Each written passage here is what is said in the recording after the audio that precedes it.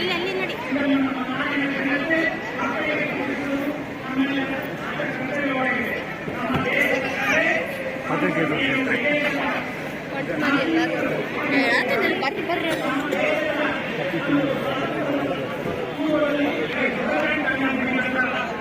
ನಂತರ ನಮ್ಮ ದೇಶದ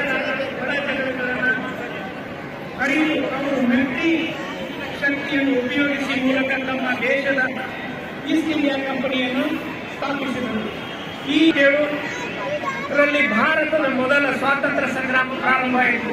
ಅದನ್ನು ಬ್ರಿಟಿಷರು ಸಿಪಾಯಿ ದಂಗೆ ಎಂದು ಕರೆಯುತ್ತಾರೆ. ಈಗ ನಮ್ಮ ದೇಶದ ತುಂಬೆಲ್ಲ ಸ್ವಾತಂತ್ರ್ಯ ಚಳವಳಿ ಪ್ರಾರಂಭವಾದವು. ನಮ್ಮ ದೇಶದ ಹಲವು ಮಹಾನ್ ವ್ಯಕ್ತಿಗಳು ಸ್ವಾತಂತ್ರ್ಯವಾಗಿ ಹೋರಾಟದಲ್ಲಿ ತಮ್ಮ ಪ್ರಾಣವನ್ನೇ ತ್ಯಾಗ ಮಾಡಿದರು. ಅದರಲ್ಲಿ ಮುಖ್ಯವಾಗಿ ಅದರಗೊಂಚಿ ಶಂಕರಗೌಡ ಪಾಟೀಲ್ರು ಹಾಗೂ ನಾರಾಯಣ್ ಮಹಾದೇವ್ ಧೋನಿಯವರು ಹಾಗೂ ಕೃಷ್ಣರಾವ್ ಗೋಪಾಲ್ ಕುಲಕರ್ಣಿಯವರು, ಇವರು ನಮ್ಮ ಹುಬ್ಬಳ್ಳಿಯವರೇ ಆಗಿದ್ದು. ಇನ್ನೂ ಹಲವಾರು ಮಹಾನ್ ವ್ಯಕ್ತಿಗಳು ತಮ್ಮ ಪ್ರಾಣವನ್ನು ಬಲಿದಾನವನ್ನು ಕೊಟ್ಟಿದ್ದರು. ಇನ್ನೂ ಇದರಲ್ಲಿ ಶಂಕರಗೌಡ ಪಾಟೀಲ್ರು, ಇವರು ನರಗುಂದ ತಾಲೂಕು ಹುಣಸಿಕಟ್ಟಿ ಗ್ರಾಮದವರು. ಇವರು ತಮ್ಮ ಪ್ರಾಥಮಿಕ ಶಿಕ್ಷಣವನ್ನು ಅಜ್ಜಮ್ಮನವರ ಊರಾದ ನಮ್ಮ ಹುಬ್ಬಳ್ಳಿ ತಾಲೂಕು ಅದರಗುಂಚಿಯಲ್ಲಿ ಪಡೆದುಕೊಂಡರು. ಇವರು ಹೈಸ್ಕೂಲ್ ಶಿಕ್ಷಣವನ್ನು ಹುಬ್ಬಳ್ಳಿಯಲ್ಲಿ ಪಡೆದುಕೊಂಡರು.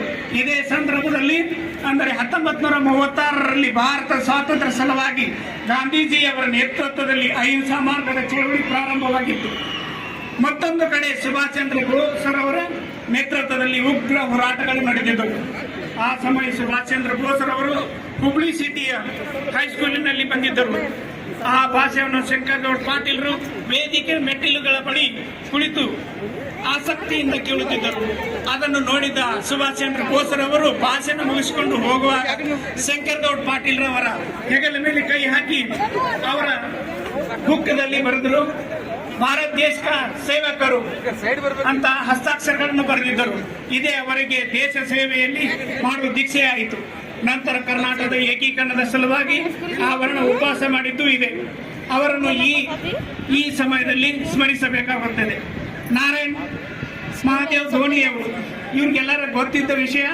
ನಮ್ಮ ಹುಬ್ಬಳ್ಳಿ ಲ್ಯಾಮಿಂಟನ್ ಪ್ರೌಢಶಾಲೆಯ 9ನೇ ತರಗತಿ ವಿದ್ಯಾರ್ಥಿಯಾಗಿದ್ದು, ಇವರು 1942ರಲ್ಲಿ ಭಾರತ ಬಿಟ್ಟು ತೊಲಗಿ ಎಂಬ ಚಳವಳಿ ಕ್ರಾಂತಿ ರಾಷ್ಟ್ರದಂತ ಮುಳುಗಿತ್ತು.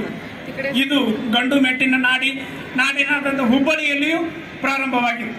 ಹುಬ್ಬಳ್ಳಿಯಲ್ಲಿ ಜನರು ಬೃಹತ್ ಪ್ರತಿಭಟನಾ ಮೆರವಣಿಗೆ ಹಮ್ಮಿಕೊಳ್ಳುವಂತೆ ಮಾಡಿತ್ತು.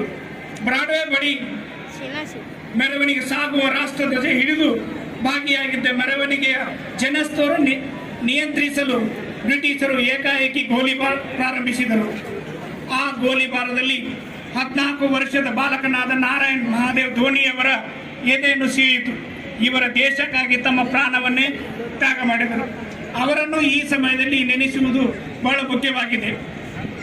ಈ ಸಮಯದಲ್ಲಿ ಕರ್ನಾಟಕ ಸರ್ಕಾರ ಮತ್ತು ಕೇಂದ್ರ ಸರ್ಕಾರದ ವಿವಿಧ ಯೋಜನೆಗಳು ಹುಬ್ಬಳ್ಳಿ ತಾಲೂಕಿಗೆ ಆದಂತಹ ಪ್ರಗತಿಗಳು, ನಮ್ಮ ಘನ ಸರ್ಕಾರವು ಹಲವಾರು ಜನಪರ ಯೋಜನೆಗಳನ್ನು ಜಾರಿಗೆ ತಂದಿದ್ದು, ಅದರಲ್ಲಿ ಮುಖ್ಯವಾಗಿ ಆಧಾರ್ ಶೀಡಿಂಗ್ ಅಂತ ರಾಜ್ಯದ ಎಲ್ಲಾ ರೈತ ಬಾಂಧವರಿಗೆ ಸರ್ಕಾರ ವಿವಿಧ ಯೋಜನೆಗಳಾದ ಬೆಳೆ ವಿಮೆ, ಬೆಳೆ ಹಾನಿ ಪರಿಹಾರ, ಕೃಷಿ ಸಾಲ ಪಡೆಯಲು ಮತ್ತು ಹಕ್ಕು ನೋಂದಣಿ ಸಮಯದಲ್ಲಿ ಯಾವುದೇ ಲೋಪದೋಷವಾಗದಂತೆ ತಡೆಯಲು ಅನುಕೂಲವಾಗುತ್ತದೆ. ಪಹಣಿ ಪತ್ರಿಕೆಯಲ್ಲಿ ಆಧಾರ್ ಜೋಡಣೆ ಮಾಡಿಸುವುದು ಕಡ್ಡಾಯವಾಗಿರುತ್ತದೆ. ಇದರಿಂದ ಹುಬ್ಬಳ್ಳಿ ತಾಲೂಕಿನಲ್ಲಿ 95% ಪ್ರಗತಿ ಸಾಧಿಸಿದ್ದೇವೆ. ಈ ಮೂಲಕ ಎಲ್ಲ ರೈತ ಬಾಂಧವರಿಗೆ ನಮ್ಮ ಪಹಣಿ ಆಧಾರ್ ಜೋಡಣೆ ಮಾಡಿಕೊಳ್ಳಲು ವಿನಂತಿಸಿಕೊಳ್ಳುತ್ತೇನೆ. ಹಾಗೂ ಗಣಕೀಕೃತ ಅಭಿಲೇಖನ ರಾಜ್ಯದ ಜನರಿಗೆ ಕಂದಾಯ ಹಳೆಯ ದಾಖಲೆಗಳು ಸುಲಭವಾಗಿ ಮತ್ತು ಯಾವುದೇ ಲೋಪದೋಷವಿಲ್ಲದೆ ನಿಖರವಾದ ಸಿಗಲು ಅಭಿಲೇಖ ಗಣಕೀಕರಣ ಮಾಡಲು ನಮ್ಮ ಹುಬ್ಬಳ್ಳಿ ತಾಲೂಕನ್ನು ಆಯ್ಕೆ ಮಾಡಿಕೊಂಡಿದೆ. ಇದರಿಂದ ಹುಬ್ಬಳ್ಳಿ ತಾಲೂಕಿನ ಎಲ್ಲ ಜನರಿಗೆ ರಾಜ್ಯದಲ್ಲಿ ಮೊದಲ ಬಾರಿಗೆ ಗಣಕೀಕರಣ ದಾಖಲೆಗಳು ಪಡೆದುಕೊಳ್ಳಲು ಅನುಕೂಲವಾಗುವುದು ಎಂದು ವಿಷಯವನ್ನು ತಿಳಿಸಲು ನನಗೆ ಸಂತೋಷವಾಗುತ್ತದೆ. ನಮ್ಮ ತಾಲೂಕಿನಲ್ಲಿ ಒಟ್ಟು 1,37,310 ದಾಖಲೆಗಳಿದ್ದು ಈಗಾಗಲೇ 48,000 ದಾಖಲೆಗಳನ್ನು ಅಪ್ಲೋಡ್ ಮಾಡಲಾಗಿದೆ. ಈ ಹುಬ್ಬಳ್ಳಿ ನಗರ ತಾಲೂಕು ರಾಜ್ಯದಲ್ಲಿ 2ನೇ ಸ್ಥಾನವನ್ನು ಹೊಂದಿದೆ. ರೈತರು ಹೊಲಗಳಿಗೆ ಸುಗಮವಾಗಿ ಸಂಚರಿಸಲು ನಮ್ಮ ಹೊಲ ನಮ್ಮ ದಾರಿ ಯೋಜನೆ ತಾಲೂಕು ನಲ್ಲಿ ಗ್ರಾಮ ಸಭೆ ನಡೆಸಿ ಗ್ರಾಮ ಪಂಚಾಯಿತಿ ಮತ್ತು ಜಿಲ್ಲಾ ಪಂಚಾಯತ್ ಅನುಮೋದನೆ ಪಡೆದು ಈ ಅನುಷ್ಠಾನಗೊಳಿಸಲು ನಿಟ್ಟಿನಲ್ಲಿ ಹೆಜ್ಜೆ ಇಡಲಾಗಿದೆ. ನಾವೆಲ್ಲರೂ ಸೇರಿ ಸಾರ್ವಜನಿಕರ ಹಿತದೃಷ್ಟಿಯಿಂದ ಸರ್ಕಾರದ ಹಲವಾರು ಯೋಜನೆಗಳನ್ನು ಯಶಸ್ವಿಯಾಗಿ ಅನುಷ್ಠಾನಗೊಳಿಸಲು ಅಭಿವೃದ್ಧಿ ಕನಸುಗಳನ್ನು ಸಾಕಾರಗೊಳಿಸಲು ಪ್ರಯತ್ನಿಸಿ ಸಂವಿಧಾನಕ್ಕೆ ಗೌರವ ಸಲ್ಲಿಸಲು ಕೋರುತ್ತೇನೆ. ಪ್ರಸ್ತುತ ಸಾಲಿನಲ್ಲಿ ಒಲಿಂಪಿಕ್ ಗೇಮ್ಸ್ನಲ್ಲಿ ಭಾರತ ಪರವಾಗಿ ಎಲ್ಲ ಕ್ರೀಡೆಗಳಲ್ಲಿ ಭಾಗವಹಿಸಿ ಕ್ರೀಡಾಪಟುಗಳಲ್ಲಿ 1 ಬೆಳ್ಳಿ ಹಾಗೂ 5 ಕಂಚಿನ ಪದಕಗಳನ್ನು ಒಟ್ಟು 6 ಪದಕಗಳನ್ನು ಪಡೆದಿದೆ.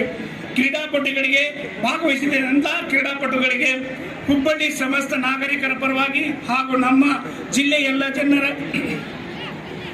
ಎಲ್ಲ ಜನಪ್ರತಿನಿಧಿಗಳ ಪರವಾಗಿ ವಿಶೇಷ ತಾಲೂಕು ಆಡಳಿತ ಪರವಾಗಿ ಅವರಿಗೆಲ್ಲ ಹೃದಯಪೂರ್ವಕ ಅಭಿನಂದನೆಗಳನ್ನು ಸಲ್ಲಿಸುತ್ತೇನೆ.